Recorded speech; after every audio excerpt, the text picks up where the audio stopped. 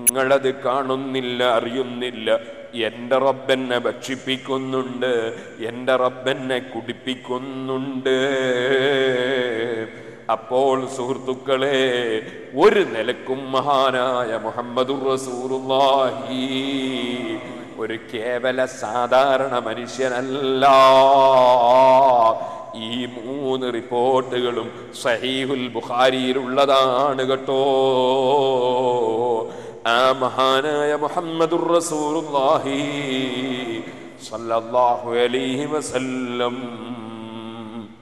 വഫാത്താകുന്ന സമയം അതേ ജിബ്രീൽ അലൈഹിസ്സലാത്തു വസ്സലാം സമീപത്ത് വരുന്നു. വഫാത്തിന്റെ സമയം ഏകദേശമായിട്ടുണ്ടെന്ന വിവരം പറയുന്നു. എന്നിട്ട് ചോദിക്കുന്നു, നബിയെ തങ്ങളുടെ ഇഷ്ടമെന്താണെന്ന് പറയൂ. ഇവിടെ തന്നെ തുടർന്ന് ജീവിക്കണമെന്നാണോ തങ്ങളെ താല്പര്യം, അതല്ല പടച്ച റബ്ബിലേക്ക് പോകണമെന്നാണോ ചോദിക്കുന്നു. ഇതൊരു സാധാരണ മനുഷ്യന്റെ മരണത്തിന് സംഭവിക്കൂല. നമ്മളാരും മരിക്കുമ്പോൾ ഇപ്പൊ മരിക്കുന്നോ ഇല്ലേന്ന് ചോദിക്കൂല. മഹാനായ നബി സല്ലല്ലാഹു അലൈഹി വസല്ലം തങ്ങളെ സമീപത്ത് വന്ന് ചോദിക്കുന്നു. മലക്കുൽ മൗത്ത് വരുന്നു, ജിബ്രീൽ അലൈഹിസ്സലാം വരുന്നു, ചോദിക്കുന്നു, തങ്ങൾ ഇവിടെ തന്നെ ജീവിക്കുന്നോ അല്ല വഫാത്താകുന്നോ?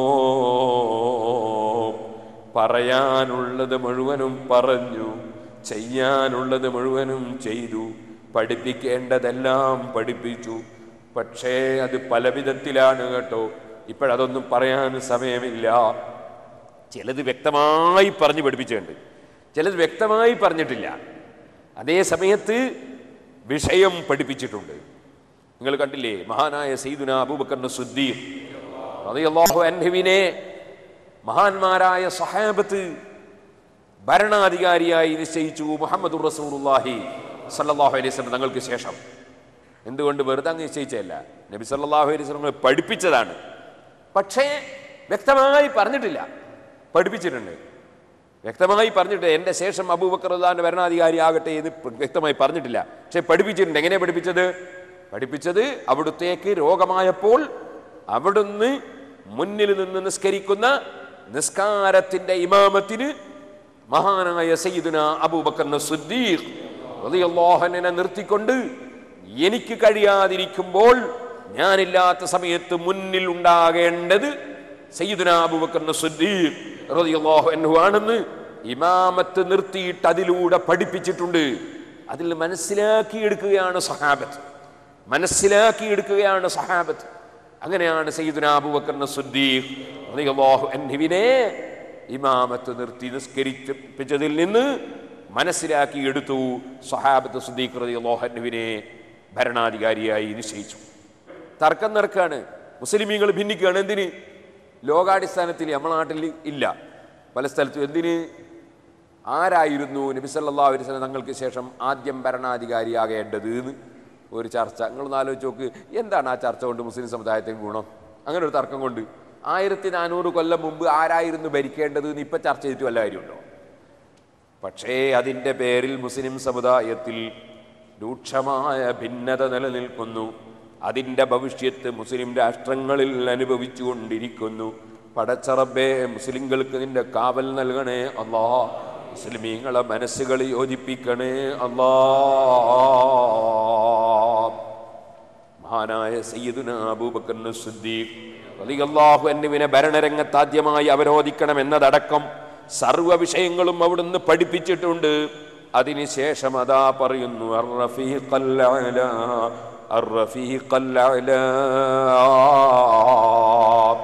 മഹോന്നതനായ റബ്ബിലേക്ക് പോകാനാണ് ഞാൻ ഉദ്ദേശിക്കുന്നത് എന്ന് പറഞ്ഞ് സമ്മതം കൊടുത്തതിന് ശേഷമാണ് മലക്കുൽ മൗത്ത് അവിടുത്തെ റൂഹ് പിടിക്കുന്നത്.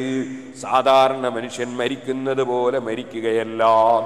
എന്നാലും അല്ലാഹു നിശ്ചയിച്ച സമയത്ത് അവിടുന്ന് വഫാത്തായിട്ടുണ്ട്. എങ്കിൽ പിന്നെ നമുക്കുണ്ടോ സമയം നീട്ടിക്കിട്ടുന്നു? നിശ്ചയിച്ച സമയത്ത് നിശ്ചയിച്ച സ്ഥലത്ത് വെച്ച് മരിക്കും മനുഷ്യൻ. സ്ഥലം മാറൂല. നിശ്ചയിച്ച സ്ഥലത്ത് മരിക്കാൻ വേണ്ടി മനുഷ്യൻ എത്തിച്ചേരും. ഓ സഹോദരന്മാരെ, നമ്മുടെ അയ്യൂബ് ഖാൻ സഅദി ജാമിയ സഅദിയയുടെ പ്രചരണത്തിന് കൊടകിലേക്ക് വഅദ് പറയാൻ പോകുമ്പോൾ കഴിഞ്ഞ വെള്ളിയാഴ്ച നിങ്ങൾക്കറിയാമല്ലോ, പോകുന്ന സമയത്ത് ആക്സിഡൻ്റായി മരിച്ചു. റബ്ബേ, ഞങ്ങൾ ആരെല്ലാം അപകടത്തിലും അല്ലാതെയും മരിച്ചവരുണ്ടോ അവരുടെ എല്ലാം ഖബർ സന്തോഷത്തിലാക്കണേ റഹ്മാനേ. അവരെയും ഞങ്ങളെയും സ്വർഗത്തിൽ ഒരുമിച്ച് കൂട്ടണേ റഹ്മാനേ. ഓ മുഅ്മിനീങ്ങളെ, നിശ്ചയിച്ച സമയത്ത് നിശ്ചയിക്കപ്പെട്ട സ്ഥലത്ത് വെച്ച് മരിക്കാതിരിക്കൂല. അതുകൊണ്ട് എന്നോടും നിങ്ങളോടും പറയാനുള്ളത്, ഞാൻ എൻ്റെ പ്രസംഗത്തിൻ്റെ തുടക്കത്തിൽ പറഞ്ഞ വിഷയം നിങ്ങൾക്ക് ഓർമ്മയില്ലേ? ബിസിനസ് നടത്താനുള്ള നല്ല ചാൻസ് കിട്ടിയിട്ട് ബിസിനസ് നടത്താതെ കിടന്നുറങ്ങിയിട്ടും അലഞ്ഞു തിരിഞ്ഞ് നടന്നിട്ടും നഷ്ടപ്പെടുത്തിയ ഒരു മനുഷ്യൻ, അവന് എല്ലാ നിലക്കും ആക്ഷേപർഹനല്ലേ? തൊഴിൽ കിട്ടിയിട്ട് തൊഴിലിന് പോകാതെ അലഞ്ഞു തിരിഞ്ഞ് നടന്ന് തൊഴിൽ നഷ്ടപ്പെടുത്തിയവൻ, അവൻ നഷ്ടപ്പെട്ടവനല്ലേ? ഇത് നമ്മുടെ ദുന്യാവിൻ്റെ വിഷയത്തിൽ നമുക്ക് ബോധമുള്ളത് കൊണ്ടല്ലേ കൃത്യമായി ഡ്യൂട്ടിക്ക് പോകുന്നത്. ഞാൻ പല റൂമിലും കയറി നോക്കി. അപ്പോൾ പല സ്ഥലത്തും ക്ലോക്ക് നോക്കുമ്പോൾ തെറ്റാ. 10 മണിക്ക് നോക്കുമ്പോൾ 10:30 മണി 10:20 ക്ലോക്കും വരെ. ഇതെന്താണ് പഠിച്ചവനെ ഇവിടെ ഇങ്ങനെ തെറ്റ്? അപ്പോൾ നോക്കുമ്പോൾ അത് ഉറക്കിൽ പെട്ടെന്ന് എഴുന്നേറ്റ് നോക്കുമ്പോൾ സമയം കുറേ ആയി എന്നൊരു തോന്നൽ കിട്ടിയിട്ടെങ്കിലും ഡ്യൂട്ടിക്ക് കൃത്യമായിട്ട് എത്താൻ വേണ്ടിയിട്ട് അങ്ങനെ തന്നെ വെച്ചതാണ് എന്നാണ് പിന്നെ അറിയാൻ സാധിച്ചത്. ഈ എത്ര ശ്രദ്ധ ഉണ്ട് നമുക്ക്, നിങ്ങളൊന്ന് ആലോചിച്ച് നോക്ക്. നമ്മളെ ഡ്യൂട്ടി പോയി പോകുന്നതിന്, നമ്മളുടെ ദുനിയാവ് പോയി പോകുന്നതിന് എന്താ ശ്രദ്ധ, എത്രയും സൂക്ഷ്മത. അതുകൊണ്ട് ക്ലോക്ക് വരെ മാറ്റി വെച്ചിരിക്കുക. എന്നാ സുഹൃത്തുക്കളെ, ഈ ദുനിയാവിലെ ജോലി അങ്ങ് പോയാൽ, ഈ ദുനിയാവിലെ ബിസിനസ് അങ്ങ് പോയാൽ അതിൻ്റെ നഷ്ടം പരിഹരിക്കൂലേ? അതേ, മരണത്തോടെ പരിഹരിക്കാൻ കഴിയാത്തൊരു വിഷയവും ദുനിയാവിലില്ല. മരണത്തോടെ എല്ലാം പരിഹരിച്ചു പോയി. ഏത് രോഗമുള്ളവൻ്റെ രോഗത്തിൻ്റെ പ്രശ്നവും പരിഹരിച്ചു പോയി. ദാരിദ്ര്യമുള്ളവൻ്റെ ദാരിദ്ര്യം പരിഹരിച്ചു പോയി. സുബ്ഹാനല്ലാഹ്, എല്ലാ പ്രശ്നവും മരണത്തോടെ ദുനിയാവിൻ്റെ പ്രശ്നം പരിഹരിച്ചു പോയി. എല്ലാ മുതലാളിയും എല്ലാ രാജാവും പോയി കിടക്കുന്നത് മണ്ണിലാണ്. കിടക്കയില്ല, തലയണിയില്ല, ഫാനില്ല, എയർ കണ്ടീഷനില്ല. ഒരല്പസമയം പുറത്തു നിൽക്കാൻ നമ്മളെ കൊണ്ട് കഴിയുന്നില്ല. അതുകൊണ്ട് AC ഉള്ള സ്ഥലത്ത് കയറിയിരിക്കുകയാണ് നാം. ചോദിക്കട്ടെ, ഈ ചുട്ടുപഴുക്കുന്ന മണല്, ഈ ചുട്ടുപഴുക്കുന്ന മണ്ണ്, ആ മണ്ണിൻ്റെ ഉള്ളിൽ ഒരു ചെറിയ ദ്വാരം പോലും കാറ്റ് കടക്കാനില്ലാതെ ഖബറിൽ പോയി നമുക്ക് കിടക്കേണ്ടതില്ലേ? സുബ്ഹാനല്ലാഹ്. എന്താണ് സുഹൃത്തുക്കളെ വാച്ച്? ആ വാച്ച് വളരെ വലിയ വിലക്കുള്ളതാകാതിരിക്കുമ്പോൾ മനസ്സിനൊരു പ്രശ്നം. തുണിയും കുപ്പായവുമൊക്കെ അതേ നല്ല വില പിടിച്ചതാകാതിരിക്കുമ്പോൾ മനസ്സിനൊരു പ്രയാസം. ഇരിക്കട്ടെ, ഇപ്പോൾ അതിൻ്റെ മസലകളിലേക്ക് കടക്കുന്നില്ല. പടച്ച റബ്ബ് ഒരാൾക്ക് നിഅമത്ത് ചെയ്താൽ ആ നിഅമത്ത് ലോകത്ത് കാണുന്നത് പടച്ച റബ്ബിന് ഇഷ്ടമാണ്. അതുകൊണ്ട് നല്ല സാമ്പത്തിക ശേഷിയുള്ളവർ കീറിപ്പാറിയ തുണിയുമുടുത്ത് നടക്കണ്ട, നല്ലത് തന്നെ അവർ ധരിച്ചു കൊള്ളട്ടെ. ഓരോരുത്തരുടെ കഴിവനുസരിച്ച് വസ്ത്രം ധരിക്കട്ടെ. പക്ഷേ അനാവശ്യം ചെലവഴിക്കണ്ട, അനാവശ്യം ഒരു നയാകാശം നശിപ്പിക്കണ്ട. ആവശ്യത്തിനനുസരിച്ചും ഓരോരുത്തരുടെയും നിലവാരമനുസരിച്ചും വീടുണ്ടാക്കാം, വസ്ത്രം ധരിക്കാം, വാച്ച് കെട്ടാം, കണ്ണട വാങ്ങാം. അതേ, വെള്ളിയുടെ ഒരു മോതിരം ചെറുവിരലിന് ധരിക്കാം. ഒന്നിലധികം മോതിരം ധരിക്കുന്നത് തെറ്റാണ്. ചെറുവിരൽ അല്ലാത്തതിന് ധരിക്കുന്നതും തെറ്റാണ്. അതുകൊണ്ട് ചെറുവിരലിനൊരു മോതിരം ധരിക്കാം, വെള്ളിയുടെ മോതിരം. കുറേ മോതിരം വിരലിനിട്ടാൽ ഔലിയാവൂന്ന് വിചാരിക്കുന്ന ചില ജാഹിലീങ്ങളുണ്ട്. അത്തരം ജാഹിലീങ്ങളിൽ നിങ്ങൾ പെട്ടുപോകണ്ട. ഒരേ ഒരു മോതിരം മാത്രമാണ് ലോകത്തുള്ള എല്ലാ ഔലിയാക്കൾക്കും എല്ലാ അമ്പിയാക്കൾക്കും നേതാവായ നബി സല്ലല്ലാഹു അലൈഹി വസല്ലമ തങ്ങൾ ചെറുവിരലിനൊരു മോതിരം മാത്രമാണ് വെള്ളിയുടേത് ധരിച്ചിട്ടുള്ളത്. അത് ഇടത്തെ ചെറുവിരലിനുമാകാം, വലത്തെ ചെറുവിരലിനുമാകാം. വലത്തെ ചെറുവിരലിനാണ് കൂടുതൽ നല്ലത്. അതിലധികം മോതിരം ധരിക്കേണ്ട. ഹറാമാണോ അല്ല ഹറാമല്ലേ? പണ്ഡിതന്മാർക്കിടയിൽ ചർച്ചയുണ്ട്. ഒരുപാട് പണ്ഡിതന്മാർ ഒന്നിലധികം വെള്ളി മോതിരം പുരുഷന്മാർക്ക് ഹറാമാണെന്ന് തന്നെ പറഞ്ഞിട്ടുണ്ട്. അതുപോലെ ചെറുവിരൽ അല്ലാത്ത വിരലിന് വെള്ളി മോതിരം ധരിക്കുന്നത് കറാഹത്താണെന്ന് പല പണ്ഡിതന്മാരും പറഞ്ഞിട്ടുണ്ട്. ഇമാം മദ്റഈ ഹറാമാണെന്നും പറഞ്ഞിട്ടുണ്ട്. അതുകൊണ്ട് വെള്ളി മോതിരം തന്നെ ചെറുവിരലിന് മാത്രമേ ധരിക്കേണ്ടതുള്ളൂ. ഇരിക്കട്ടെ സുഹൃത്തുക്കളെ, ആ മോതിരം നിങ്ങൾക്ക് വെള്ളി മോതിരം ധരിക്കാം. പൊന്നിന്റെ മോതിരം പുരുഷന്മാർക്ക് ഹറാമാണ്. പൊന്നിന്റെ ചെയിന് പുരുഷന്മാർക്ക് ഹറാമാണ്. അത് കസ്റ്റംസിൽ വെച്ച് അത് ആ ഡ്യൂട്ടി കൊടുക്കാതെ കൊണ്ടുപോകാനാണെങ്കിലും നിങ്ങൾ കഴുത്തിലിട്ടിട്ട് പൊന്ന് കൊണ്ടുപോകുന്നത് ഹറാമാണ്. ഒരിക്കലും സ്വർണത്തിന്റെ ആഭരണം പുരുഷന്മാർക്ക് ഹലാലല്ല. ഇന്ന ഹാദൈനി ഹറാമുൻ അലാ ദുകൂരി ഉമ്മത്തി. ഒരു കയ്യിൽ പട്ടും മറ്റേ കയ്യിൽ സ്വർണവും കയ്യിൽ പിടിച്ച് നബി സല്ലല്ലാഹു അലൈഹി വസല്ലമ തങ്ങൾ പ്രഖ്യാപിച്ചതാണ്, എൻ്റെ ഉമ്മത്തിലുള്ള പുരുഷന്മാർക്ക് ഇത് രണ്ടും ഹറാമാണ്. ഓ മുഅ്മിനീങ്ങളെ, ഞാൻ പറഞ്ഞു വന്നത് അതേ, നമുക്ക് സ്വർണത്തിന്റെ മോതിരം പറ്റില്ല, വെള്ളിയുടെ മോതിരം ഒന്ന് ചെറുവിരലിന് സുന്നത്താണ്. എന്നാൽ അത്തരത്തിലുള്ള പല വിഷയങ്ങളും മസലകളിലേക്ക് കടന്നാൽ പറയാനുണ്ട്. ഞാൻ അതിലേക്ക് കടക്കുന്നില്ല. ഏത് വസ്ത്രം ധരിച്ച മനുഷ്യനും മരണത്തോടെ അവന്റെ വസ്ത്രം ഊരിവെക്കണമെന്നല്ലേ? മരിക്കുമ്പോഴുള്ള വസ്ത്രങ്ങൾ ഊരിവെക്കണമെന്നല്ലേ? എന്നിട്ടൊരു നേരിയ വെള്ളത്തുണി കൊണ്ട് ശരീരത്തിന്റെ കളറ് കാണാത്ത ഒരു നേരിയ വെള്ളത്തുണി കൊണ്ട് ശരീരം മുഴുക്കെ പൊതച്ചു വെക്കണമെന്നല്ലേ നിയമം?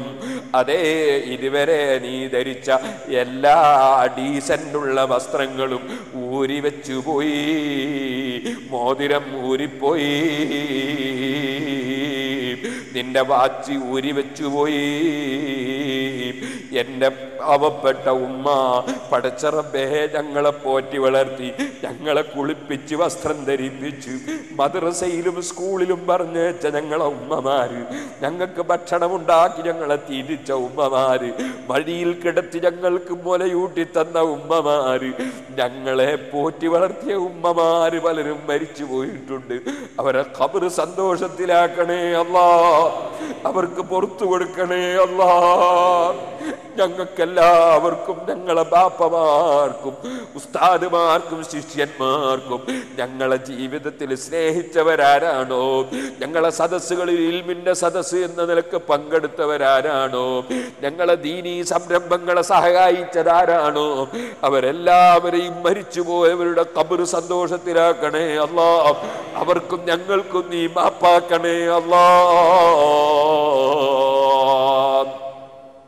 സുഹൃത്തുക്കളെ, എൻ്റെ ഉമ്മ മരണപ്പെട്ടപ്പോൾ വീട്ടിലേക്ക് ആശുപത്രിയിൽ നിന്ന് കൊണ്ടുവന്ന് ഞാൻ ഉമ്മയുടെ സ്വർണം മുറിച്ചെടുത്തത് ഞാൻ ഓർക്കുന്നു. അതേ, ബാപ്പയുടെ കയ്യിലൊരു വെള്ളി മോതിരമുണ്ടായിരുന്നു. ഞാൻ ബാപ്പയുടെ ജീവിതകാലത്ത് തന്നെ റബ്ബ് സുബ്ഹാനഹു വ തആല എനിക്ക് ചെറിയൊരു തൗഫീഖ് തന്നിരുന്നു. ബാപ്പയുടെ ഖിദ്മത്തിന് വേണ്ടി ബാപ്പ രാത്രിയിൽ എഴുന്നേറ്റ് ഒരു സമയത്ത് ബാപ്പക്ക് മൂത്രമൊഴിക്കണം, രോഗമായി കിടക്കുകയാണ്. അതിന് കൈയൊന്ന് പിടിച്ചു കൊടുക്കണം. അത് ഒറ്റ വിളിക്ക് തന്നെ ഉറക്ക് തെളിയണം. അങ്ങനെ ഒറ്റ വിളിക്ക് ഉറക്ക് തെളിഞ്ഞില്ലെങ്കിൽ ബാപ്പ കിടന്ന സ്ഥലത്ത് മൂത്രമൊഴിച്ചു പോകും. അതുകൊണ്ട് ഒറ്റ വിളിക്ക് ഉറക്ക് തെളിയണമെങ്കിൽ അങ്ങനെ തെളിയുന്ന ഒരാളായിരുന്നു ഞാൻ കുട്ടിക്കാലത്ത്. അതിനാൽ ബാപ്പ എന്നോട് ചോദിച്ചു.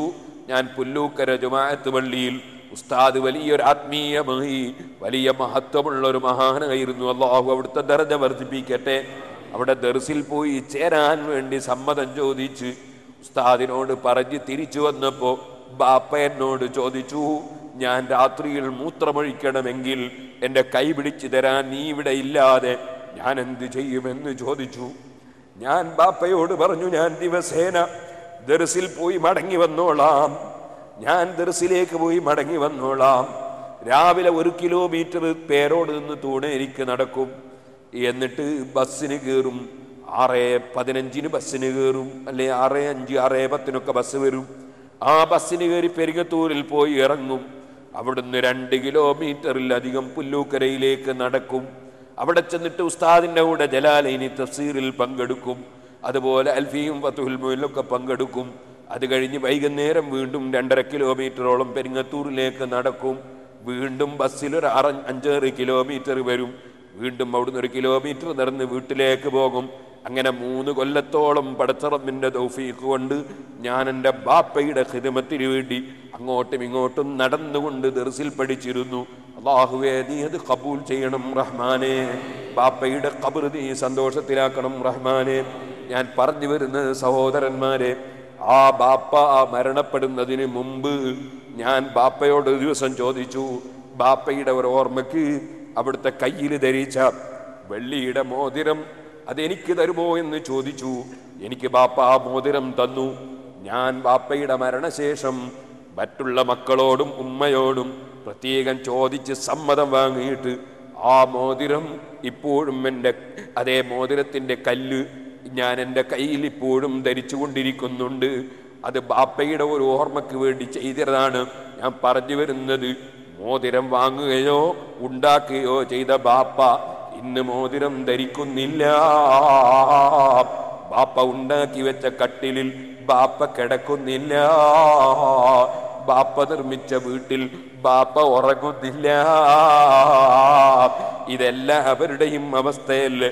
നമ്മൾ നല്ല വീടുണ്ടാക്കി വെച്ചിട്ടില്ലേ, ഇവിടെ നമ്മൾ നല്ല ബിസിനസ്സുകൾ തുടങ്ങി വെച്ചിട്ടില്ലേ, അതുപോലെ തന്നെ നമ്മൾ നല്ല വസ്ത്രം വാങ്ങി വെച്ചിട്ടില്ലേ, നല്ല കട്ടിൽ വാങ്ങി വെച്ചിട്ടില്ലേ, ഞാനും വീട് നിർമ്മിച്ചിട്ടില്ലേ. ചോദിക്കട്ടെ, നമുക്കവിടെ കാലകാലം കിടക്കാൻ കഴിയുമോ? വിശ്രമിക്കാൻ കഴിയുമോ? അവിടുത്തെ അടുക്കളയിലെ ഭക്ഷണം നമുക്കെന്നും കഴിക്കാൻ കഴിയുമോ? നമ്മളിവിടെ നിന്ന് കെട്ടിപ്പിടിച്ച് കൊണ്ടുപോയ പാത്രങ്ങളിൽ നിന്നും നമ്മൾ ഭക്ഷണം കഴിക്കുമോ? ഇല്ല, ഇല്ല. ഒരു ദിവസം എല്ലാം അഴിച്ചു വെച്ച് നമ്മളെ കട്ടിലിൽ കിടത്തുന്ന ഒരു ദിവസമുണ്ട്. അവിടുന്ന് എടുത്ത് മയ്യത്ത് കട്ടിലേക്ക് സ്ട്രെച്ചറിലേക്ക് മാറ്റുന്നൊരു ദിവസമുണ്ട്. അവിടെ നിന്ന് നമുക്കൊരു ഇഞ്ചും നടക്കാൻ കഴിയാത്തത് കൊണ്ട് ദീർഘമായ കാലം കിടക്കേണ്ട ഒരു സ്ഥലത്തേക്ക് നമ്മളെ വഹിച്ച് കൊണ്ടുപോകുന്നൊരു സമയമുണ്ട്. റബ്ബേ, നിന്റെ ദിക്റും ചൊല്ലി, നിന്റെ ദിക്റും ചൊല്ലി, അതേ നിന്നിലേക്ക് മനസ്സ് തിരിച്ച് തഖ്വയോടെ ഞങ്ങളുടെ മയ്യിത്ത് വഹിക്കുന്ന മുഅ്മിനീങ്ങളെ തരണേ അല്ലാഹ്. മയ്യത്തും കൊണ്ട് പോകുമ്പോ അങ്ങോട്ടും ഇങ്ങോട്ടും ദുന്യാവിന്റെ സംസാരം നടത്തി, അവിടെയും അതാ രാഷ്ട്രീയം പറഞ്ഞു, അവിടെയും ഗീബത്ത് പറഞ്ഞു, അവിടെയും ദുന്യാവിന്റെ ബിസിനസ് പറഞ്ഞു നടന്ന് അതാ ദിക്റ് കൈയൊഴിച്ചുകൊണ്ട്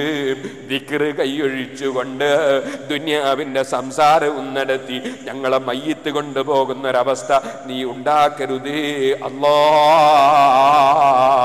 ഇമാം ശാഫിഈ റളിയല്ലാഹു അൻഹുവിന്റെ മയ്യത്തും കിടത്തി ശിഷ്യന്മാര് ഖുർആൻ ഓതി എന്ന് ഞങ്ങൾ ചരിത്രത്തിൽ കാണുന്നു. അതുപോലെ മഹാന്മാർക്ക് ലഭിച്ച ഭാഗ്യം റബ്ബേ ഞങ്ങൾക്കും ഞങ്ങളെ മയ്യത്തിനും നീ നൽകണേ അല്ലാഹ്. ഖുർആൻ ഓദിക്കുന്ന മക്കളെയും അതുപോലെ ശിഷ്യന്മാരെയും ഖുർആൻ ഓതുന്ന സന്താനങ്ങളെയും ഞങ്ങൾക്ക് നീ തരണേ അല്ലാഹ്. സുഹൃത്തുക്കളെ, എല്ലാം അഴിച്ചു വെച്ചു പോയി, എല്ലാ ഷർട്ടും അഴിച്ചു വെച്ചുപോയി, എല്ലാ കോട്ടും അഴിച്ചു വെച്ചുപോയി, എല്ലാ വസ്ത്രവും അഴിച്ചു വെച്ചുപോയി. നമ്മളെ കൊണ്ടുപോയി കുളിപ്പിക്കുന്നൊരു രംഗമില്ലേ? ഇന്ന് വരെ സ്വന്തം കുളിച്ച മനുഷ്യന് അവസാനത്തെ കുളി സ്വന്തം കുളിക്കാൻ കഴിയുന്നില്ല. മറ്റുള്ളവർ നമ്മെ കുളിപ്പിക്കുകയാണ്. ആ കുളിപ്പിക്കൽ കഴിഞ്ഞ് നമ്മളെ കൊണ്ടുവന്ന് കിടത്തി അതേ മൂക്കിന് പരുത്തി വെച്ചുപോയി, കണ്ണിന് പരുത്തി വെച്ചുപോയി, കാതിന് പരുത്തി വെച്ചുപോയി, നെറ്റിത്തടത്തിന് പരുത്തി വെച്ചുപോയി, മുട്ടിന് പരുത്തി വെച്ചുപോയി, സുജൂദിന്റെ അവയവങ്ങൾക്കൊക്കെ പരുത്തി വെച്ചുപോയി. അതുപോലെ അതാ മൂക്കിലും കൺമൂക്കിലും അതുപോലെ തൊള്ളക്കും അതുപോലെ പല സ്ഥലത്തും പരുത്തി വെച്ചുപോയി. ആ പരുത്തി വെച്ചതിന് ശേഷം 3 കഷ്ണം തുണി കൊണ്ട് നമ്മളെ പൊതിയുന്നൊരു രംഗം വരാനില്ലേ? അവിടെ നിന്ന് മെല്ലെ എടുത്ത് കട്ടിലിൽ കിടത്തി കൊണ്ടുപോകുന്നൊരു രംഗം വരാനില്ലേ? ചോദിക്കട്ടെ, നല്ല ചാൻസുകൾ അല്ലാഹു തആല തന്നിട്ട് പരിശുദ്ധ റമദാൻ തന്നു. ദിവസം 17ഓളം കഴിഞ്ഞു. ഖുർആൻ എത്ര ഓതി എന്നോട് ചോദിച്ചാൽ, നിങ്ങളോട് ചോദിച്ചാൽ ഖുർആൻ കൂടുതലൊന്നും ഓതിയത് പറയാനില്ല. ദിക്ർ എത്ര ചൊല്ലി എന്ന് ചോദിച്ചാൽ കൂടുതൽ ദിക്റൊന്നും ചൊല്ലിയത് പറയാനില്ല. എത്ര നീ ധർമ്മം ചെയ്തു എന്ന് ചോദിച്ചാൽ കൂടുതൽ ധർമ്മം ചെയ്തത് പറയാനില്ല. ഞാൻ ചോദിക്കട്ടെ, ഇത്ര നല്ലൊരു ചാൻസ് ഇനി നമ്മളെ ജീവിതത്തിൽ കിട്ടുപോയില്ലേ എന്നാർക്ക് പറയാൻ കഴിയും? പടച്ച റബ്ബേ, ഈ റമദാൻ കൊണ്ട് ഞങ്ങളെ ജീവിതം നീ അവസാനിപ്പിക്കരുത് അല്ലാ. ഒരുപാട് റമദാനുകളെ സ്വീകരിക്കാൻ അവസരം തരണേ അല്ലാ. യാത്രയേക്കാൻ അവസരം തരണേ അല്ലാ. റമദാനിന്റെ തുടക്കത്തിൽ നമ്മുടെ കൂടെയുള്ള സഅദി എവിടെ? നമ്മുടെ കൂടെയുള്ള അബൂബക്കർ ഹാജി എവിടെ? നമ്മുടെ കൂടെയുള്ള സ്ത്രീകളും പുരുഷന്മാരും പലരും എവിടെ? അവരൊക്കെയും നീങ്ങിപ്പോയി. അവരെ സമയം വന്നപ്പോ നമ്മളെ സമയം നമുക്ക് അറിഞ്ഞുകൂടാ. വിളിക്കുമ്പോൾ പോകലല്ലാതെ നിർവാഹമില്ല. അതുകൊണ്ടോ മുഅ്മിനായ മനുഷ്യ, മഹാന്മാരായ ബദരീങ്ങൾ ജാദൂബി അംവാലിൻ വബാഉ നുഫൂസഹും ലിദീനിൽ ഹുദാ ഫീ കുല്ലി മൗതീനി ഗസ്വതി. ശരീരവും സമ്പത്തും സമർപ്പിച്ചുകൊണ്ട് അവര് സ്വർഗം നേടി. അവരതിന് അവരുടെ പണം നന്നായി ചെലവഴിച്ചു, അവരുടെ ശരീരം നന്നായി അവരതിന് ചെലവഴിച്ചു. അവർ കൃത്യമായി നിസ്കരിച്ചു. ഒരു നിസ്കാരവും അവരുടെ ജീവിതത്തിൽ അവർ ഖളാക്കിയിട്ടില്ല. അതേ, ഒരു സുന്നത്തും അവർ കൈയൊഴിക്കാൻ പോയിട്ടില്ല. ഒരു ഹറാമും ചെയ്യാൻ അവർ തുനിഞ്ഞിട്ടില്ല. ആ നിലക്ക് അവരുടെ ജീവിതം സംശുദ്ധമാക്കി ജീവിച്ചു. അവർക്ക് സ്വർഗത്തിലേക്ക് മുൻകടക്കാനുള്ള ഭാഗ്യം നൽകുമ്പോ അവരെ സ്നേഹിക്കുന്ന നമുക്കും ബദരീങ്ങളുടെ കൂടെ ഉഹദീങ്ങളുടെ കൂടെ സ്വർഗത്തിലെത്താൻ കഴിയണം. സ്വർഗമെന്ന് പറയുന്നത് ഈ ഭൂമി ലോകത്തുള്ള ഒരു വീട് പോലെയല്ല. ഈ ഭൂമി ലോകത്തുള്ള വീട് ഒരു ദിവസം ഇറങ്ങിപ്പോകേണ്ട വീടാണ്. എത്ര തന്നെ ഭംഗിയിൽ നിങ്ങൾ ഏത് വീട് നിർമ്മിച്ചാലും ആ ഭംഗി ഒരല്പ ദിവസത്തും കൊണ്ട് നശിച്ചു പോകുന്നതാണ്. എല്ലാ നന്മകളും ഏത് കൊട്ടാരത്തിൻ്റെതും നശിച്ചു പോകുന്നതാണ്. എത്ര ഭംഗിയുള്ള മുഖങ്ങളും പ്രായമാകുമ്പോൾ കറുത്ത രോമം വെളുത്തു പോവുകയാണ്. തുടിച്ച മുഖം ചുളുങ്ങിപ്പോവുകയാണ്. ആകയാൽ ഇവിടെയുള്ള ഭംഗിക്ക് നിലനിൽപ്പില്ല, ഇവിടെയുള്ള വീടുകൾക്ക് നിലനിൽപ്പില്ല, ഇവിടെയുള്ള അധികാരങ്ങൾക്ക് നിലനിൽപ്പില്ല, ഇവിടെയുള്ള സ്ഥാനമാനങ്ങൾക്ക് നിലനിൽപ്പില്ല, ഇവിടെയുള്ള ഒന്നിനും നിലനിൽപ്പില്ല. തലേ ദിവസം വരെ ഭാര്യയുടെ കൂടെ കട്ടിലിൽ കിടന്നവൻ ഖബറിലേക്ക് ഒറ്റക്ക് പോവുകയാണ്. ഭാര്യ കൂടെ പോകുന്നില്ല. ഭാര്യ പോകുമ്പോൾ ഭർത്താവ് കൂടെ പോകുന്നില്ല. കൂടെ മടിയിലിരുത്തിയ മക്കളെ കാണുന്നില്ല. രാവിലെ വന്ന് മക്കളെ ചുംബിച്ചു വിട്ട ബാപ്പ വൈകുന്നേരം മരിച്ചു കഴിഞ്ഞപ്പോ ആ ചെറിയ മക്കൾ ബാപ്പയുടെ മയ്യത്തിന്റെ സമീപത്ത് വരുമ്പോ ചില ആളുകൾ പിടിച്ചു മാറ്റുകയാണ്. മയ്യത്ത് കണ്ട് പേടിച്ചു പോകുമെന്ന് പറയുകയാണ്. നമ്മളെ മക്കൾക്ക് നമ്മളെ മുഖമൊന്ന് കാണാൻ അവകാശമില്ലേ? അങ്ങനെയുള്ളൊരു സാഹചര്യം വന്നുപോയി. പക്ഷേ ചെറിയ മക്കൾക്ക്, അല്ലാത്ത മക്കൾക്ക് ബാപ്പയെ കാണുന്നതിന് തടസ്സം ചെയ്യേണ്ടതില്ല.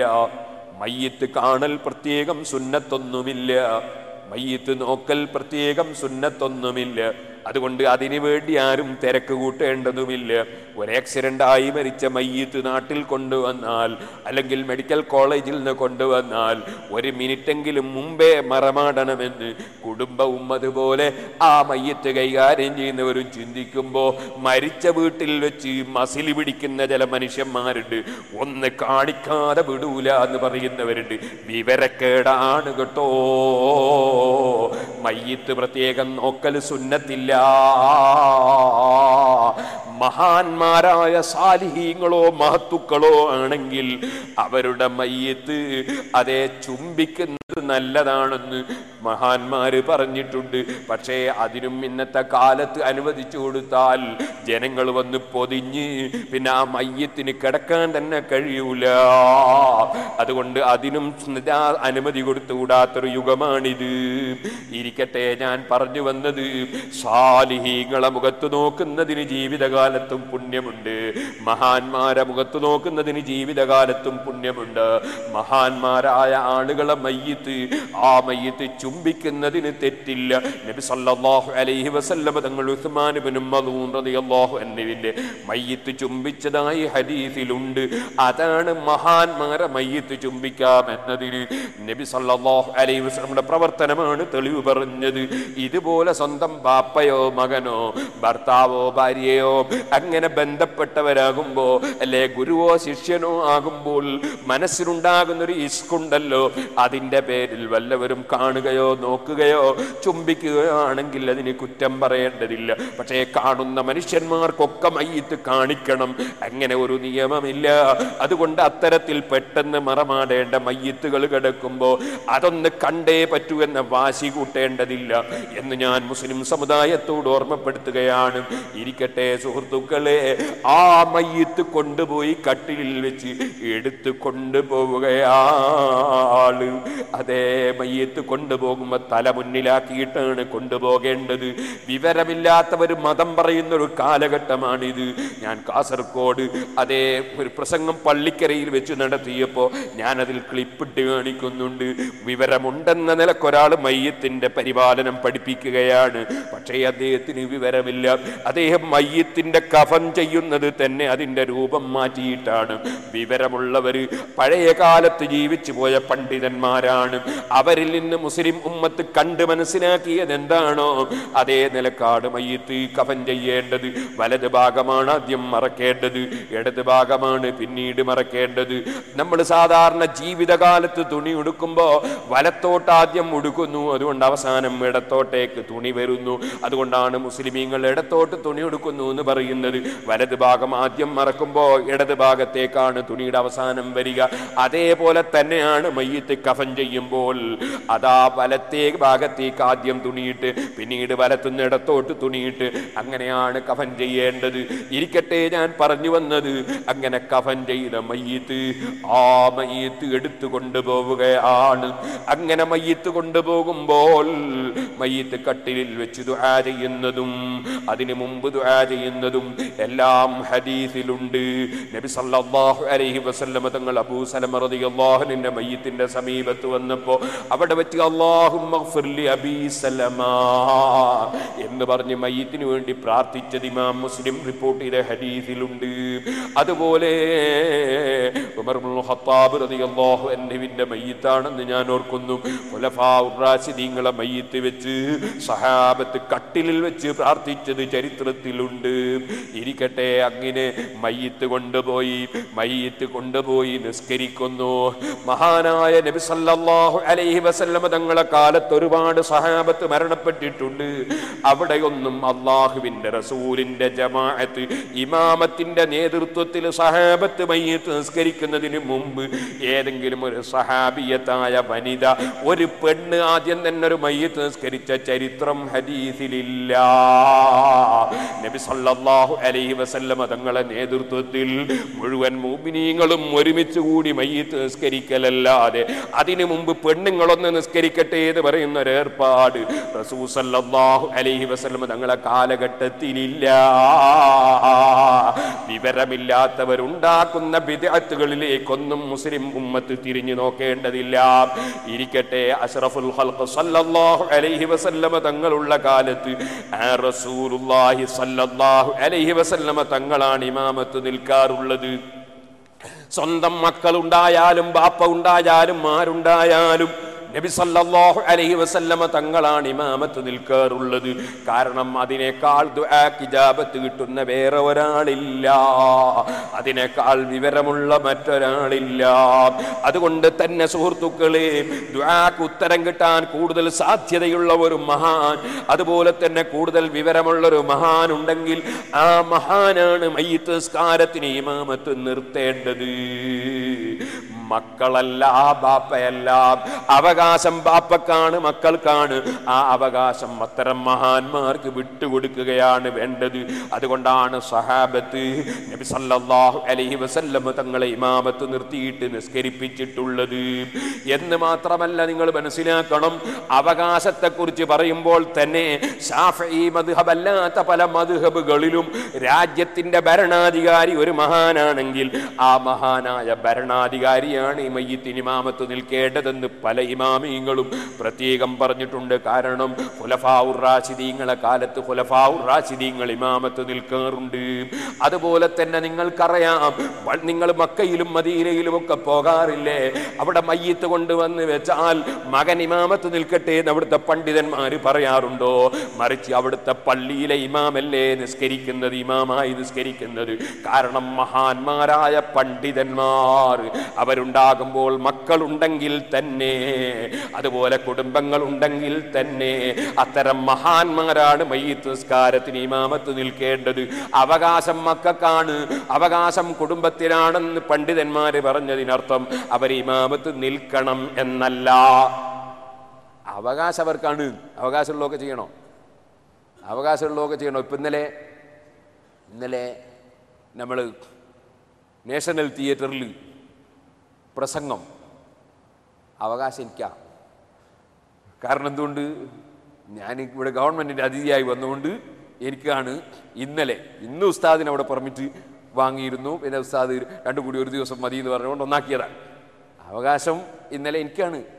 പക്ഷേ ആദ്യം പ്രസംഗിച്ചതാരാ? ഉസ്താദാ. അതാണ് അദബ്, അതാണ് അദബ്. അതുപോലെ എൻ്റെ വീട്ടിലെ കസേരമിലിരിക്കാൻ അവകാശം എനിക്കാ. എന്നാൽ അവിടെ ഒരു വലിയ പണ്ഡിതൻ വന്നാൽ ഇവിടെ ഇരിക്കാനുള്ള അവകാശം എനിക്ക് അങ്ങളപ്പുറം ബെഞ്ചുമിലിരുന്നോളി എന്നാ പറയേണ്ടി? അല്ല, ആ കസേര അദ്ദേഹത്തിന് ഒഴിഞ്ഞു കൊടുക്കാൻ വേണ്ടത്. പള്ളിയിൽ ഇമാമത്തിക്കാൻ അവകാശമായിരിക്കാം, പള്ളിയിലെ ഇമാമിനാണ്. പള്ളിയിൽ ഇമാമത്തിക്കാനുള്ള അവകാശം ഇമാമിനാണ്. ഒരു പള്ളിയിൽ ഒരു ഇമാമിനെ നിശ്ചയിച്ചാൽ അയാൾക്കാണ്. അപ്പോൾ ഞാൻ കുറ്റ്യാടി പള്ളിയിൽ ഇമാമാണെന്ന് വെക്കുക. ഞാൻ ഇമാമത്തിക്കാൻ നോക്കുമ്പോൾ കാന്തപുര ഉസ്താദ് കയറി ഒന്നുമില്ല, ഉള്ളാൾ നിങ്ങൾ കയറി വന്നു. ഇവിടെ നിസ്കരിക്കാൻ അവകാശം എനിക്കാണ്, നിങ്ങൾ ബേക്കിൽ നിന്നോളി എന്നാ പറയേണ്ടത്. ഇതേപോലെ അവനവൻ്റെ ബാപ്പയും ഉമ്മയും മരിച്ചാൽ അവകാശം മക്കൾക്കാണ്. പുതിയാപ്പിളക്ക് ഒരു അവകാശം ഇല്ല കേട്ടോ, അത് വേറെ വിഷയം. ചിലർക്ക് ഉദാഹരണം, പുതിയാപ്പിളക്കും അല്ല അവകാശം, പുതിയാപ്പിളക്ക് ഒരു അവകാശമില്ല. സ്വത്തിനും അവകാശമില്ല, ഇമാമത്തിക്കാനും അവകാശമില്ല. പുതിയാപ്പിളക്ക് അങ്ങനെ ഒരു അവകാശം ഇല്ലാൻ കൊടുത്തില്ല. മറിച്ച് മകൻ അവകാശമുണ്ട്, ബാപ്പക്ക് അവകാശമുണ്ട്. ആ അവകാശം അവരുപയോഗപ്പെടുത്താതെ അതപോടെ ഗുരുത്വത്തോടെ പണ്ഡിതന്മാർക്ക് വിട്ടുകൊടുക്കുകയാണ് വേണ്ടത്, സയ്യിദന്മാർക്ക് വിട്ടുകൊടുക്കുകയാണ് വേണ്ടത്. വിഷയത്തെക്കുറിച്ച് വേണ്ടതുപോലെ വിവരമില്ലാത്തവർ നടത്തുന്ന ഉപദേശങ്ങളാണ് മുസ്ലിം സമുദായത്തെ വഴിതെറ്റിക്കുന്നത്. അല്ലാഹു സുബ്ഹാനഹു വ തആല എല്ലാവർക്കും നാഫിയായ ഇൽമിനെ ഏറ്റി കൊടുക്കുമാറാകട്ടെ. സഹോദരന്മാരെ, അങ്ങനെ ഇമാമത്ത് നിന്ന് ഒരു നേതൃത്വത്തിൽ മയ്യിത്ത് നിസ്കാരം നടത്തി നമ്മളെ മയ്യിത്തും മുന്നിൽ കിടത്തിയിട്ട് സുബ്ഹാനല്ലാഹ്, നമ്മളെ മയ്യിത്തിന്റെ പേരിൽ ഒരു വലിയ സൽക്കർമ്മം നടക്കുകയാണ്. അത് മയ്യിത്ത് നിസ്കാരമാണ്. അല്ലാഹു അക്ബർ എന്ന തക്ബീർ കൊണ്ട് തുടങ്ങുന്നു. ഈ മയ്യിത്തിന്റെ പേരിൽ ഫർളായ നിസ്കാരം ഞാൻ നിസ്കരിക്കുന്നു, ഇമാമുണ്ടെങ്കിൽ ഇമാമോട് കൂടെ എന്ന് നിയ്യത്ത് ചെയ്ത് അങ്ങനെ അല്ലാഹു അക്ബർ പറഞ്ഞുകൊണ്ടൊരു തക്ബീർ ചൊല്ലുന്നു. ഈ തക്ബീർ ദിക്റാണ്, അത് മയ്യിത്തിന്റെ പേരിലാണ്. മയ്യിത്ത് നിസ്കാരം ആദ്യം മുതൽ അവസാനം വരെ മയ്യിത്തിന്റെ പേരിലാണ്. അങ്ങനെ തക്ബീർ ദിക്ർ നടക്കുന്നു. പിന്നീട് സൂറത്തുൽ ഫാത്തിഹ ഓതുന്നു. കാരണം സൂറത്തുൽ ഫാത്തിഹ ഖുർആനിലെ ഏറ്റവും ബഹുമാനമുള്ള സൂറത്താണ്. സൂറത്തുൽ ഫാത്തിഹ മാത്രം 7 ദിവസം ഞാൻ പ്രസംഗിച്ച CD കിട്ടുമ്പോൾ വാങ്ങിക്കേൾക്കണം. ഞാനതിൽ ഒരുപാട് വിവരങ്ങൾ പറഞ്ഞിട്ടുണ്ട്. ഇരിക്കട്ടെ സുഹൃത്തുക്കളെ, ഞാൻ പറഞ്ഞു വന്നത് സൂറത്തുൽ ഫാത്തിഹ ഓതുന്നു. ആ ഫാത്തിഹയും മയ്യിത്തിന്റെ പേരിൽ ഓതുകയാണ്. ഈ നിസ്കാരം പൂർണ്ണമായി മയ്യിത്തിന്റെ പേരിലാണ്. അങ്ങനെ സൂറത്തുൽ ഫാത്തിഹ ഖുർആൻ ഓതുന്നു. എന്നിട്ട് അതിനുശേഷം വീണ്ടും തക്ബീർ ദിക്ർ ചൊല്ലുന്നു. വീണ്ടും അതാ നബി സല്ലല്ലാഹു അലൈഹി വസല്ലം തങ്ങൾ അതാ സലാത്ത് നിർവഹിക്കുന്നു. ആ സലാത്ത് കഴിഞ്ഞ് വീണ്ടും ദിക്ർ ചൊല്ലുന്നു. മയ്യിത്തിന് വേണ്ടി അല്ലാഹുമ്മ ഗ്ഫിർ ലഹു വർഹംഹു, ഈ മയ്യിത്തിന് പുറത്തു കൊടുക്കണേ, കാരുണ്യം ചെയ്യണേ എന്ന് പറഞ്ഞ് റബ്ബിനോട് പ്രാർത്ഥന നടത്തുന്നു. അതും കഴിഞ്ഞ് വീണ്ടും ദിക്ർ ചൊല്ലുന്നു. എന്നിട്ടാ മയ്യിത്ത് നിസ്കരിച്ചതിന്റെ പ്രതിഫലം, മയ്യിത്തിന്റെ കൂടെ പോയതിന്റെ പ്രതിഫലം, മയ്യിത്തിനെ അനുഗമിച്ചതിന്റെ പ്രതിഫലം, മയ്യിത്ത് സംസ്കരിക്കുന്നതിന്റെ പ്രതിഫലം, ആ മയ്യിത്ത് നമ്മളെ വിട്ടുപിരിഞ്ഞു പോയതിൽ നമുക്ക് സംഭവിച്ച മുസീബത്തിന്റെ പ്രതിഫലം നമുക്ക് തരാൻ റബ്ബിനോട് പ്രാർത്ഥിക്കുന്നു. അല്ലാഹുമ്മ ലാ തഹരിംനാ അജ്റഹു വലാ തഫ്തിന്നാ ബഅദഹു വഗ്ഫിർ ലനാ വലഹു, അദ്ദേഹത്തിന്റെ പ്രതിഫലം ഞങ്ങൾക്ക് തടയരുതേ അല്ലാഹ്. ലാ തഹരിംനാ അജ്റഹു വലാ തഫ്തിന്നാ ബഅദഹു, അദ്ദേഹത്തിന്റെ ശേഷം ഞങ്ങളെ ഈമാനിനെ നീ കേടുവരുത്തരുതേ അല്ലാഹ്, ഞങ്ങളെ നീ പരീക്ഷണത്തിലാക്കരുതേ അല്ലാഹ്. അല്ലാഹ് വഗ്ഫിർ ലനാ വലഹു, ഞങ്ങൾക്കും അദ്ദേഹത്തിന് നീ പുറത്തു കൊടുക്കണേ അല്ലാഹ് എന്ന് വീണ്ടും പ്രാർത്ഥന നടത്തി. നമ്മളതാ റബ്ബനാ ആതിനാ ഫിദ്ദുനിയാ ഹസന, ആ ദുആയും കഴിയുമെങ്കിൽ ചെയ്ത് നമ്മൾ സലാം വീട്ടുന്നു. ആ മയ്യിത്ത് അവിടെ നിന്ന് കൊണ്ടുപോവുകയാണ്. നേരെ കൊണ്ടുപോകുന്നത് ഖബറിലാണ്. ഇത് ഈ പാവപ്പെട്ട എനിക്ക് നടക്കാൻ പോകുന്ന സംഗതിയാണ്, നിങ്ങൾക്കും നടക്കാൻ പോകുന്ന കാര്യമാണ്. റബ്ബേ, നിന്റെ കാരുണ്യം ഏറ്റവും കൂടുതൽ ചൊരിക്കുന്ന സമയം അതാക്കി തരണം അല്ലാഹ്. ഖബറിൽ കൊണ്ടുപോയി വെക്കുകയാണ്. സുഹൃത്തുക്കളെ, മനുഷ്യൻ മരിക്കുന്ന സമയം, ആ സമയത്തുള്ള മരണത്തിനനുസരിച്ചാണ് ഈ യാത്രയിലെ സന്തോഷവും ദുഃഖവും കേട്ടോ. ഖദ്ദിമൂനി ഖദ്ദിമൂനി, എന്നെ വേഗം കൊണ്ടുപോകണമെന്ന് പറയുന്ന ചില മയ്യിത്തുകളുണ്ടെന്ന് നബി സല്ലല്ലാഹു അലൈഹി വസല്ലം തങ്ങൾ പറയുന്നു. ആ മയ്യിത്ത് ഏതാണ്? അതേ ഈമാനോടെ തഖ്വയോടെ ജീവിച്ച് മരിച്ച മയ്യിത്താണ്. അത്തരം മയ്യിത്ത് മരിക്കുന്ന സമയത്ത് റബ്ബിന്റെ അടുക്കൽ നിന്ന് ബുശ്ശിറ ബിറിദ്വാനില്ലാഹി വകറാമതിഹി, അല്ലാഹുവിന്റെ സംതൃപ്തി കൊണ്ടും അവന്റെ ആദരവ് കൊണ്ടുമുള്ള സന്തോഷ വാർത്ത കിട്ടുകയാണ്.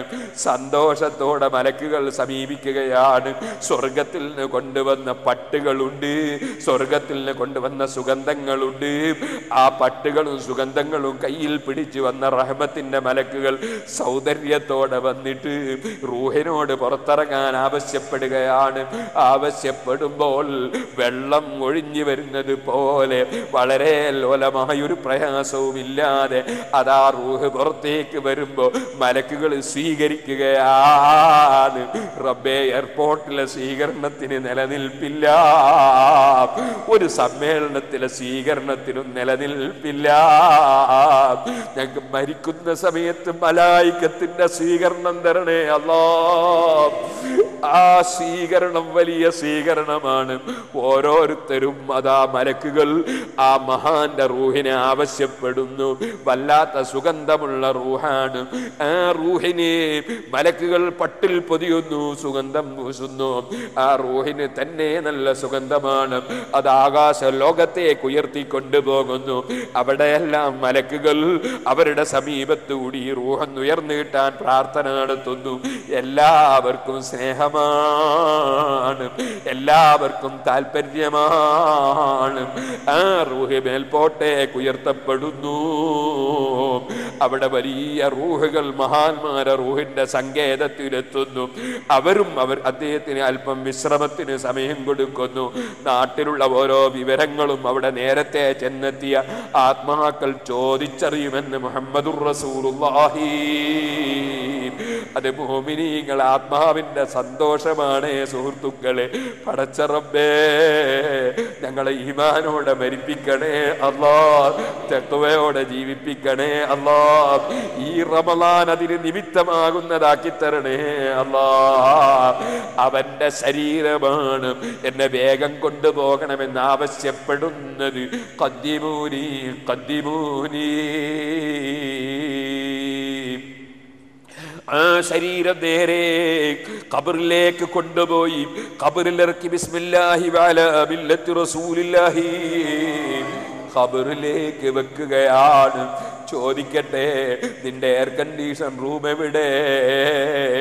നിന്റെ ആ പവറുള്ള കാർ എവിടെ? നിന്റെ ഉയർന്ന വസ്ത്രം എവിടെ? നിന്റെ കയ്യിലെ മോതിരം എവിടെ? എൻ്റെ കയ്യിലെ വാച്ചെവിടെ? അതൊക്കെ താൽക്കാലികമാണെന്ന് ബോധ്യപ്പെട്ടില്ലേ? ഖബറിൽ കൊണ്ടുപോയി ഖിബിലക്ക് തിരിച്ചു കിടത്തുകയാണ്. ഓ സുഹൃത്തുക്കളെ, ഇതിന് പകരം ഈമാനില്ലാതെ മരിച്ചു പോകുന്നവൻ, അവന്റെ ആത്മാവിന് ദുർഗന്ധമാണ്. ശരീരത്തിന് പുറപ്പെടാൻ പറയുമ്പോ അതാ ശരീരത്തിന് ആത്മാവ് പുറപ്പെടുന്നില്ല. മലക്കുകൾ കരിമ്പടത്തിൽ കുടുങ്ങിയ മുള്ള് പിടിച്ച് പറിച്ചെടുക്കുന്നത് പോലെ അതാ പറിച്ചെടുക്കുന്നു അവന്റെ ആത്മാവ്. മലക്കുകൾ കാവല് ചോദിക്കുന്ന എന്തൊരു ദുർഗന്ധമാണിത്. പലരും കാവല് ചോദിക്കുന്നു, മേൽപോട്ടേക്ക് പ്രവേശനം കിട്ടിയില്ല, അതിനെ താഴോട്ടെറിയപ്പെടുന്നു, ജഹന്നമിന്റെ ചൂടനുഭവിക്കുന്ന ഭാഗത്തേക്ക് കൊണ്ടുപോകുന്നു. ഇരിക്കട്ടെ, അവന്റെ ശരീരവും കൊണ്ടുപോയി ഖബറിൽ വെക്കുന്നു. മോമിനായ മനുഷ്യരോട് ചോദ്യം ചോദിക്കാൻ മലക്കുകൾ വരുന്നു.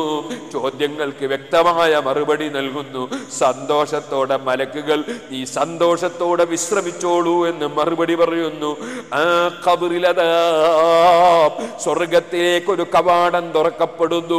മൂമിനും മുത്തഖിയുമായ മനുഷ്യന് ആ കവാടത്തിലേക്ക് നോക്കുമ്പോൾ വിശാലമായ സന്തോഷത്തിന്റെ ലോകം, ആ പരിമളം ആസ്വദിച്ചവൻ കിടക്കുകയാണ്. അവന്റെ സമീപത്തൊരാൾ വരുന്നു. കാണുമ്പോൾ എന്തൊരു സന്തോഷമുള്ള മുഖം, എന്തൊരു പുഞ്ചിരിയുള്ള മുഖം. ആരാണ് നിങ്ങളെന്ന് ചോദിക്കുമ്പോ നിന്റെ ജീവിതത്തിൽ നീ ചെയ്ത സൽക്കർമ്മങ്ങൾ ഒരു രൂപമാക്കി നീ ഒറ്റയ്ക്ക് കിടക്കുമ്പോൾ നിന്നെ സമാധാനിപ്പിക്കാൻ അയച്ചതാണെന്ന് മറുപടി കിട്ടുന്നു. അത് സൽക്കർമ്മികൾക്കാണേ ചെറുപ്പക്കാരെ, കള്ളുകുടിയന്മാർക്കല്ല, വ്യഭിചാരികൾക്കല്ല, നിസ്കാരം കളാക്കുന്നവർക്കല്ല, ബാപ്പ ഉമ്മാനെ അവഗണിച്ചവർക്കല്ല, ഭാര്യയെ പീഡിപ്പിച്ചവർക്കല്ല. അതേ ടെലിഫോണുകളിൽ അന്യപെണ്ണിന്റെ ചിത്രം, ആ ചിത്രം പിടിച്ചെടുത്ത് നോക്കി രസിച്ചവർക്കല്ല, പാതിരാ സമയത്ത് കിടന്നുറങ്ങുമ്പോൾ അന്യപെണ്ണുമായി ഫോണിൽ സംസാരിച്ചവർക്കല്ല, നെറ്റിൽ കയറിയിട്ട് ചീത്തകൾ കണ്ടവർക്കല്ല, തെറ്റുകളുമായി ബന്ധപ്പെട്ടവർക്കല്ല, ആലിമീങ്ങളെ ഗ്രൂപ്പ് തിരിച്ച് ചീത്ത പറഞ്ഞവർക്കല്ല, തങ്ങന്മാരെ നിസ്സാരപ്പെടുത്തിയവർക്കല്ല, പ്രായമുള്ളവരെ നിന്ദിച്ചവർക്കല്ല, കുട്ടികളെ അവഗണിച്ചവർക്കല്ല, ദീനിന്റെ പ്രവർത്തനങ്ങളെ അവഗണിച്ച് പരിഹസിച്ചവർക്കല്ല, ദീന് ഹഖ് ഹഖായി തുറന്നു പറയുന്ന പണ്ഡിതന്മാരെ ഗീബത്തും നമീമത്തും ഫിത്നയും ഫസാദും പറഞ്ഞ് നടന്നവർക്കല്ല. ഓ മനുഷ്യ, മരണമെന്ന ഒരു വിഷയം നമ്മുടെ മുന്നിലുണ്ട്. അത് പ്രസംഗിക്കുന്ന എൻ്റെ മനസ്സിൽ ഓർമ്മ വേണം. അതുകൊണ്ട് തന്നെ മുൻഗാമികളായ മഹാന്മാരെ കിതാബുകളിൽ പറഞ്ഞതിനെതിരെ ഒരു വാക്ക് പറയാൻ പാടില്ല. മുസ്ലിം ഉമ്മത്തിന്റെ വഴി ഏത് വഴിയിൽ നടക്കണമെന്ന് പറയുമ്പോൾ അത് ഹഖ് ഹഖായ നിലക്കല്ലാതെ പറയാൻ പാടില്ല. ജനങ്ങളെ കയ്യടി നോക്കി പ്രസംഗിക്കാൻ പറ്റില്ല, ജനങ്ങളുടെ കയ്യടി നോക്കിയിട്ട് പറയാൻ പറ്റില്ല. മറിച്ച് അള്ളാഹുവിന്റെ പൊരുത്തം കരുതി പറയണം, അള്ളാഹുവിന്റെ പൊരുത്തം കരുതി പ്രവർത്തിക്കണം, അള്ളാഹുവിന്റെ പൊരുത്തത്തിന് വേണ്ടി ജീവിക്കണം, അള്ളാഹുവിന്റെ പൊരുത്തത്തിന് വേണ്ടി ജീവിച്ച് ഭരിക്കണം. ഇന്ന സലാത്തി വ നുസുകി വ മഹ്യായ വ മമാതി ലില്ലാഹി റബ്ബിൽ ആലമീൻ. എല്ലാം റബ്ബിനാണെന്ന് കളവ് പറഞ്ഞാൽ പോരാ, റബ്ബിന് വേണ്ടി തന്നെയാകണം ചലനങ്ങളും അടക്കങ്ങളും പ്രവർത്തനങ്ങളും. എല്ലാം റബ്ബിന് വേണ്ടി തന്നെയാകണം. അവന് സന്തോഷമാണ് ഖബറിൽ, സന്തോഷിപ്പിക്കാൻ സൽക്കർമ്മങ്ങളാണ്.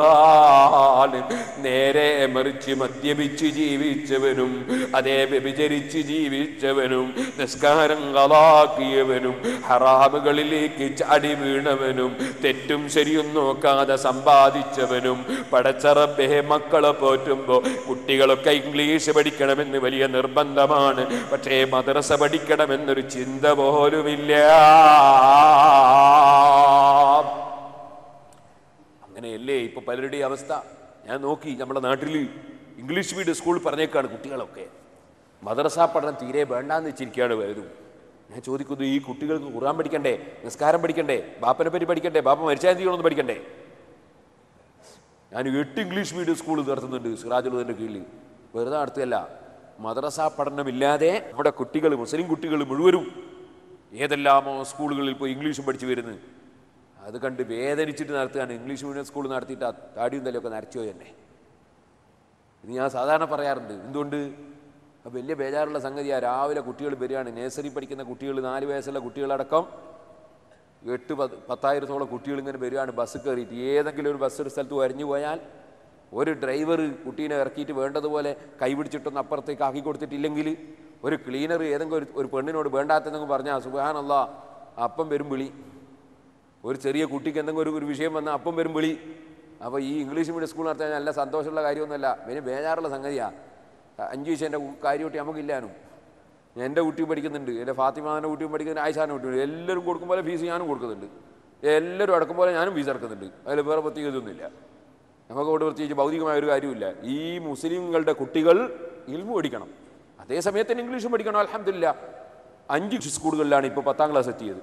ആ 10ാം ക്ലാസ്സിൽ എഴുതിയ പേരാമ്പ്രയിലും അതുപോലെ മേപ്പയ്യൂരിലും കുറ്റ്യാടിയിലും നാദാപുരത്തും പാറക്കടവും 5 സ്കൂളിലും 10ാം ക്ലാസ്സിൽ പരീക്ഷ എഴുതിയിട്ട് എല്ലാ കുട്ടികളും ഡിസിഷൻ വാങ്ങിയിട്ടുണ്ട് CBSE സിലബസ് പ്രകാരം. അവരൊക്കെ 10ാം ക്ലാസ് മദ്രസയും പഠിച്ചിട്ടുണ്ട്. മദ്രസയിലും അൽഹംദുലില്ലാ ഒരുപാട് റാങ്കുകൾ നമ്മുടെ കുട്ടികൾ വാങ്ങിയിട്ടുണ്ട്. അല്ലാഹു തആല നമ്മുടെ സ്ഥാപനങ്ങൾക്കൊക്കെ ബർക്കത്ത് തരട്ടെ. ഞാൻ പറഞ്ഞു വന്നത്, കുട്ടികൾ വെറും ഇംഗ്ലീഷ് പഠിപ്പിച്ചാൽ പോരാ, ദീനും പഠിക്കണം കുട്ടികൾ. ദീനീ ബോധവും കുട്ടികൾക്ക് ഉണ്ടാകണം. ആ ബോധം രക്ഷിതാക്കൾക്ക് ഉണ്ടാകണം. അത് രക്ഷിതാക്കൾക്ക് ഉണ്ടാക്കണം. അതേ സമയത്ത് യതീം കുട്ടികൾക്ക് ഫ്രീ ആയിട്ട് പഠിപ്പിച്ചു കൊടുക്കും. ഡ്രസ്സും ബസ്സും ഒക്കെ ഫ്രീ യതീം കുട്ടികൾക്ക്. കുറേ കുട്ടികൾ യതീം കുട്ടികൾ 5 പൈസ കൊടുക്കാണ്ട് പഠിക്കുന്നുണ്ട് ഇംഗ്ലീഷ് മീഡിയം സ്കൂളിൽ. നല്ല എല്ലാവരും ഇടുമ്പോഴത്തെ മറ്റുള്ള കുട്ടികൾക്ക് ഇടുമ്പോഴത്തെ ഷർട്ടും ധരിച്ച് അവരും ബസ് കയറിയിട്ട് വന്ന് പഠിച്ചു പോവാണ്. യതീം കുട്ടികൾക്ക് ഫ്രീ ആണ്. അല്ലാഹു സുബ്ഹാനഹു വ തആല നമ്മളെ ഖിദ്മത്തുകളൊക്കെ അല്ലാഹു ഖബൂൽ ചെയ്യട്ടെ. അതിനെ സഹകരിക്കുന്ന ലോകം മുഴുക്കെയുള്ള മുഴുവൻ മുഅ്മിനീങ്ങൾക്കും അല്ലാഹു തആല ഖൈറും ബർക്കത്തും നൽകട്ടെ. ഞാൻ പറഞ്ഞു വരുന്നത്, കുട്ടികൾ ദീന് പഠിക്കണം എന്നുള്ള ബോധം രക്ഷിതാക്കൾക്ക് ഉണ്ടാകണം. നമ്മളെ ഈ ജീവിത കാലകാലം ഉണ്ടാവില്ല. കുട്ടികളെ നല്ല നിലക്ക് പഠിപ്പിക്കണം. ഒന്നുകൂടി ഞാൻ പറയാണ്, ഇപ്പോൾ ഒരു പുതിയ സുന്നത്ത് തുടങ്ങിയിട്ടുണ്ട്. പെൺകുട്ടികളെ കൊണ്ടുവന്നിട്ട് കൈ കൊടുപ്പിക്കുക ആണുങ്ങൾക്ക്.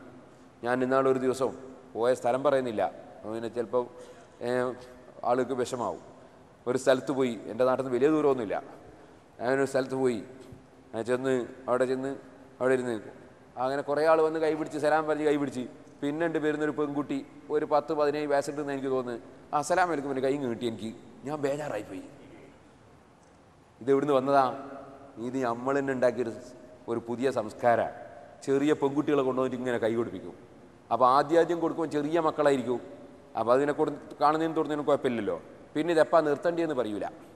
ഈ കൈ കൊടുക്കൽ എപ്പോഴാണ് നിർത്തേണ്ടതെന്ന് പറയൂല. കാരണം ബാപ്പാക്കും ഉമ്മാക്കും എപ്പോൾ മക്കൾ തന്നെയല്ലേ, 90 വയസ്സായാലും കുഞ്ഞൻ തന്നെയല്ലേ. അപ്പോൾ ഇത് വലുതായിട്ടുണ്ട് എന്നുള്ള ധാരണ ഈ ബാപ്പാക്കും ഉമ്മാക്കും ഉണ്ടാവില്ല. അതുകൊണ്ട് പണ്ട് തന്നെ തുടങ്ങണ്ടാണ് ഞാൻ പറയുന്നത്. അങ്ങനെ പെൺകുട്ടികൾ കൊണ്ട് കൈ കൊടുപ്പിച്ച് കൊടുക്കുന്ന പരിപാടി തുടങ്ങണ്ട.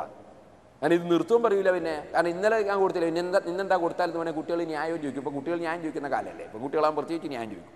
ഇന്നലെ ഞാൻ കൊടുത്തില്ല, പിന്നെ ഇന്നെന്താ കുഴപ്പമെന്ന് ചോദിക്കും. അപ്പോൾ അങ്ങനെ ഒരു പരിപാടി തുടങ്ങണ്ടാണ് ഞാൻ പറയും. ഇപ്പോൾ പുതിയ സുന്നത്തുകളാണല്ലോ. പെണ്ണുങ്ങൾ വരിക, സലാം ചെല്ലുക, കൈ തരിക. അങ്ങനത്തെ സുന്നത്തുകൾ പുതിയ സുന്നത്ത് തുടങ്ങുകയാണ്. അന്യപുരുഷന്മാർക്ക് അന്യ സ്ത്രീകൾ സലാം പറഞ്ഞ് ഹറാമാണെന്ന് വരെ പണ്ഡിതന്മാർ പറഞ്ഞിട്ടുണ്ട്. നമ്മളതിൻ്റെ ദീനനുസരിച്ച് ജീവിക്കണം, ദീനനുസരിച്ച് നമ്മളെ മക്കളെ പറ്റണം. അതും പോയി ഇപ്പോൾ പുതിയ വേറൊരു സുന്നത്തുണ്ട്. എന്താ അറിയോ? കല്യാണം കഴിക്കുന്ന വീട്ടിൽ പോയാൽ, ഞാൻ ഒരിക്കലും എനിക്ക് കോൺട്രാക്ടറായിട്ട് പണിയെടുക്കുന്നൊരു ചേട്ടനുണ്ട്. ആ ചേട്ടൻ്റെ പേർക്ക് കല്യാണത്തിന് ക്ഷണിച്ചപ്പോൾ പോയി. അപ്പോൾ വീട്ടിലൊന്നും പോകാതിരിക്കാൻ പറ്റുമോ? കല്യാണത്തിന് പോയി ക്ഷണിച്ച് അവിടുന്ന് എന്തോ കുടിച്ചില്ലേ എന്നൊക്കെ ഓർമ്മയില്ല. സുന്നത്ത് നോമ്പിൻ്റെ സാധനം കുടിച്ചിട്ടുണ്ടാവില്ല, അല്ലാത്ത സാധനങ്ങൾ ചിലപ്പോൾ കുടിച്ചിട്ടുണ്ടാവും. അവിടുന്ന് കഴിച്ച് ചായ കുടിച്ച് എനിക്ക് തോന്നുന്നു എന്തോ കഴിച്ചുകൊണ്ട് ഇറങ്ങുകയാണ്. അങ്ങ് ഇറങ്ങുമ്പോൾ പറഞ്ഞു, അല്ല നിങ്ങൾക്ക് കല്യാണം കഴിക്കുന്ന പെൺകുട്ടിയെ കാണണ്ടേന്ന് ചോദിച്ചതിനോട്. അപ്പോൾ അവർക്ക് അത് ആയതാണല്ലോ, ഞമ്മക്കത് പറ്റുമോ? പക്ഷെ ഇപ്പം അത് മുസ്ലിമീങ്ങൾ തുടങ്ങിയിരിക്കുന്നത്. മുസ്ലിമീങ്ങളും ഈ പെൺകുട്ടീനെ കാണിച്ചു കൊടുക്കുന്ന ഏർപ്പാട് തുടങ്ങിയിരിക്കുന്നത്. ഞാനൊരു സ്ഥലത്ത് ചെന്നപ്പോൾ ആ പെൺകുട്ടിക്ക് പെട്ടെന്ന് കല്യാണം നിശ്ചയിച്ച് കല്യാണത്തിൻ്റെ 2 ദിവസം മുമ്പ് പെട്ടെന്ന് രോഗം കാണും, ചെറിയൊരു മാനസികമായ അസ്വസ്ഥത. അപ്പോൾ അവിടെയുള്ള ആ കുടുംബത്തിലൊരു പണ്ഡിതനുണ്ട്. ആ പണ്ഡിതന് സ്വർണ്ണത്തിൻ്റെ മോതിരം കൊണ്ടുവന്ന്, മോതിരോ എന്തോ ഒരു സ്വർണ്ണത്തിൻ്റെ ഒരു ആഭരണം കൊണ്ടുവന്നതിൻ്റെതായിട്ട് കരഞ്ഞുകൊണ്ടെന്ന് പറഞ്ഞു, ഇങ്ങനെ കല്യാണം മറ്റന്നാളാണ്, കുട്ടിക്കൊരു ചെറിയ മാനസിക അസ്വസ്ഥത, രക്ഷപ്പെടണം എന്ന് പറഞ്ഞ് സിറാജുലേക്ക് പൊന്ന് തന്ന്. എനിക്ക് വല്ലാതെ സങ്കടമായിപ്പോയി. അൽഹംദുലില്ലാ ഇതായിരുന്നു. അങ്ങനെ പിറ്റേന്ന് എന്നോട് വന്ന് പറഞ്ഞു, ഒരു പ്രശ്നമില്ല, എല്ലാം മാറിപ്പോയിരിക്കുന്നത്. പുതിയാപ്പനോട് ഇവരൊക്കെ പറയുകയും പുതിയാപ്പൻ വന്ന് നോക്കിയിരിക്കുന്ന ഒരു കുഴപ്പമില്ല, കല്യാണം മര്യാദയ്ക്ക് നടക്കും, കല്യാണത്തിനുണ്ടോ? ഞാൻ കല്യാണത്തിന് പോയി അവിടെ ഇതായിരുന്നു.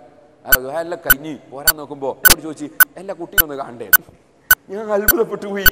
സംഗതി ഒരു ആത്മീയ ബഹുമാനം കാണിച്ചതാണ്. കാരണം വലിയ നേരത്തെ വലിയ പരം കിട്ടി വേർന്നിട്ട് പരം കിട്ടികളുണ്ട്. പക്ഷേ ആത്മീയ ബഹുമാനം കാണിച്ചത് ഹറാം ചെയ്യാൻ പറ്റുമോ? പെണ്ണുങ്ങൾ നോക്കാൻ പറ്റുമോ നമുക്ക്? ഞാൻ പറഞ്ഞു പറ്റൂല എന്ന് പറഞ്ഞ് ഞാനും ഒരു ചെയ്ത് അല്ലാഹു തആല ആ കുട്ടിക്കും ഖൈറിയട്ടെ, കുടുംബത്തിനുള്ള ഖൈറിയട്ടെ. അപ്പൊ വിവരക്കേടുകൾ ഇങ്ങനെ വളരുകയാണ് സമുദായത്തിൽ. അതുകൊണ്ട് തന്നെ കല്യാണം കഴിക്കുന്ന പെൺകുട്ടികളെ കാണിച്ചു കൊടുക്കുന്ന ഏർപ്പാട് വേണ്ട. ഇതുപോലെ പണ്ഡിതന്മാർ പലരും പുറക്ക് വരും. നമ്മുടെ നാട്ടിൽ അങ്ങനെയല്ലേ, വേദ പറയാൻ പോയാൽ ഏതെങ്കിലും ഒരു വീട്ടിൽ അല്പം ഭക്ഷണം ഉണ്ടാവും.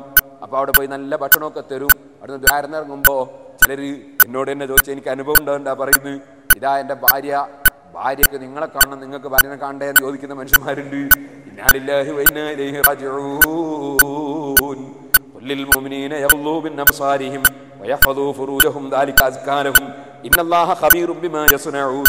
നിങ്ങൾക്ക് അറിയില്ലേ, നബി സല്ലല്ലാഹു അലൈഹി വസല്ലം തങ്ങളുടെ 2 ഭാര്യമാർ നബി തങ്ങളെ സമീപത്തിരുന്ന് സംസാരിച്ചു കൊണ്ടിരിക്കുമ്പോൾ 2 കണ്ണിനും കാഴ്ചയില്ലാത്ത ഇബ്നു ഉമ്മി മക്തൂം റളിയല്ലാഹു അൻഹു കയറി വരികയാണ്. നബി തങ്ങൾ പറഞ്ഞു, ഹിത്തജിബാ മിന്നു, രണ്ടാളും ഉള്ളിൽ പോയി മറഞ്ഞു നിന്നോ. നബി തങ്ങളെ ഭാര്യമാരോടാ പറയുന്ന, ഒരു ദുരുദ്ദേശവും ഇല്ലാത്ത ഏറ്റവും വലിയ മഹതികളല്ലേ അത്.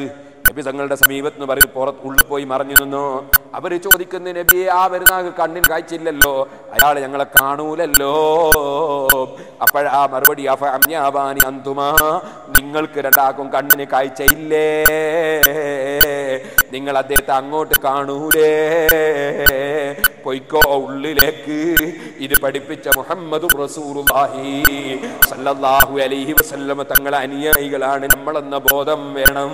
വിവരക്കേട് കൊണ്ട് മതമുണ്ടാക്കരുത്, വിവരക്കേട് കൊണ്ട് ആത്മീയത ഉണ്ടാക്കരുത്. ആത്മീയതയുടെ പേരിൽ വിവരക്കേട് പ്രചരിപ്പിക്കുന്നവരുണ്ട്. ഈ അടുത്തൊരാൾ എന്നോട് പറഞ്ഞു, മൊയ്തീൻ ശൈഖിന്റെ ഫോട്ടോ ഉണ്ട് എന്ന് പറയരുത്, നമുക്കൊന്ന് നോക്കാൻ പറ്റുമോ? ഞാൻ പറഞ്ഞു, ഏതാളാ നിങ്ങളത് പറഞ്ഞ് പറ്റിച്ചത്? ആത്മീയതയുടെ പേരിൽ ശുദ്ധമായ കളവ് പറഞ്ഞ് പറ്റിക്കുന്ന ആത്മീയ ചൂഷണം നടത്തുന്നവരുണ്ട്. അതിലൊന്നും മുസ്ലിമീങ്ങൾ പെട്ടുപോകണ്ട. അതേ മഹാന്മാരായ പണ്ഡിതന്മാര് പറഞ്ഞിട്ടുണ്ട്, അൽ മുതസവ്വിഫത്തുൽ ജാഹിലീൻ, വിവരമില്ലാത്ത ചില സൂഫി ചിന്താഗതിക്കാരുണ്ട്. ആ വിവരമില്ലാത്ത സൂഫി ചിന്താഗതിക്കാർ ജനങ്ങൾ സന്മാർഗ